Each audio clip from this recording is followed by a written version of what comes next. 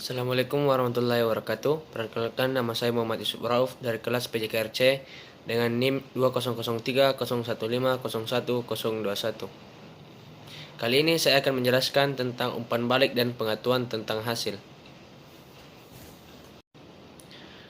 Umpan balik merupakan informasi yang diperoleh atlet atau siswa setelah mempraktekkan suatu gerakan mengenai benar atau salahnya suatu gerakan yang dilakukan. Informasi tersebut sangat penting bagi siswa atau atlet untuk mengetahui seberapa baik ia telah mampu melakukan gerakan. Dengan tahu tingkat kesempurnaan gerakan yang dilakukan, sekaligus akan diketahui kekurangannya. Dengan demikian, siswa atau atlet tersebut akan menjadi tahu perbaikan apa yang seharusnya dilakukan untuk menyempurnakan gerakan yang salah dan telah dilakukan. 1.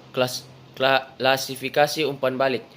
Guna memudahkan kita mengenal umpan balik yang terdapat dalam suasana mengajar maupun melatih, maka diperlukan adanya klasifikasi umpan balik. Kita menyadari bahwa tidak semua informasi berkaitan langsung dengan hasil atau pelaksana motorik. Oleh karena itu, ada informasi yang relevan dan tidak relevan. Apabila kita menelaah umpan balik berdasarkan aspek kedatangan, maka dapat diklasifikasikan menjadi dua kategori, yaitu 1. Umpan balik sebelum tindakan berlangsung, dan 2. Umpan balik yang tersedia selama atau umpan setelah tindakan berlangsung. Umpan balik yang dihasilkan oleh gerakan yang telah dilakukan sebagai hasil gerakan dapat dibagi menjadi dua kategori, yaitu 1. Umpan balik intrinsik dan 2. Umpan balik ekstrinsik.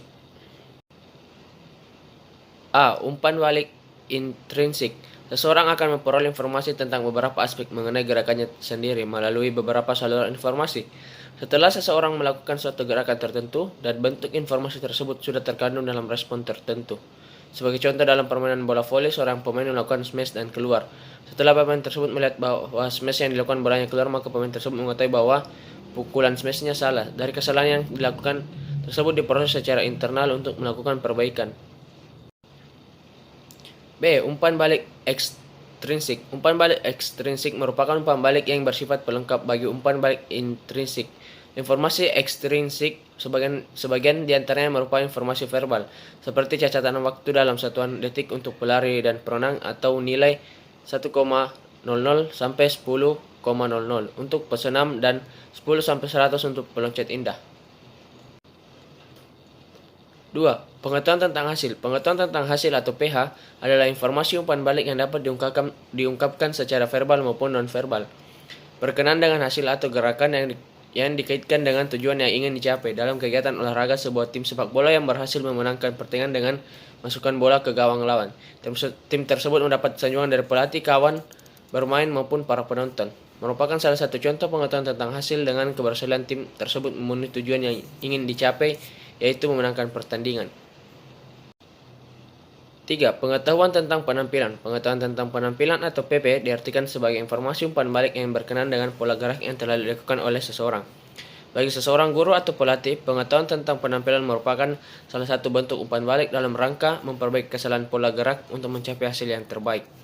Contoh yang dapat dikemukakan adalah seorang siswa yang melakukan roll depan pada mata pelajaran senam, tetapi tidak mendekatkan dagu ke dada, sehingga pada saat melakukan roll bukan punggung yang menempel ke matras, tetapi bagian kepala belakang. B. Fungsi umpan balik. A. Sebagai motivator.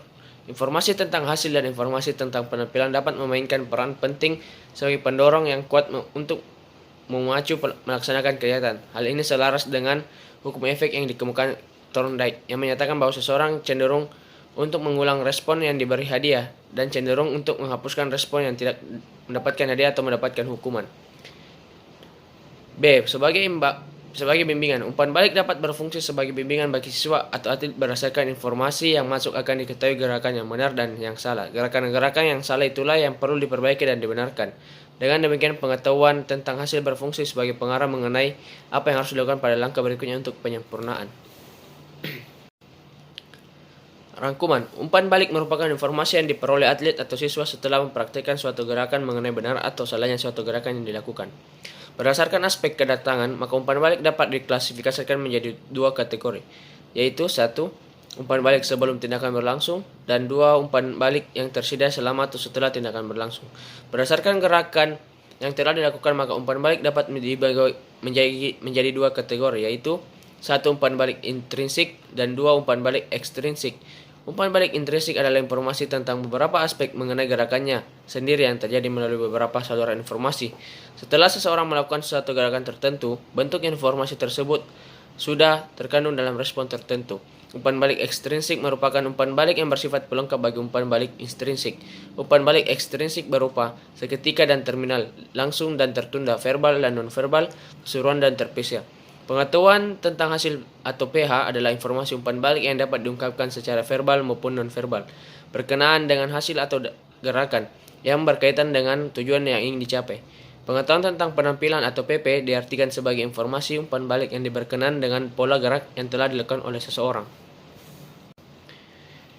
Itulah tadi materi yang sempat saya bawakan. Sekian dan terima kasih. Assalamualaikum warahmatullahi wabarakatuh.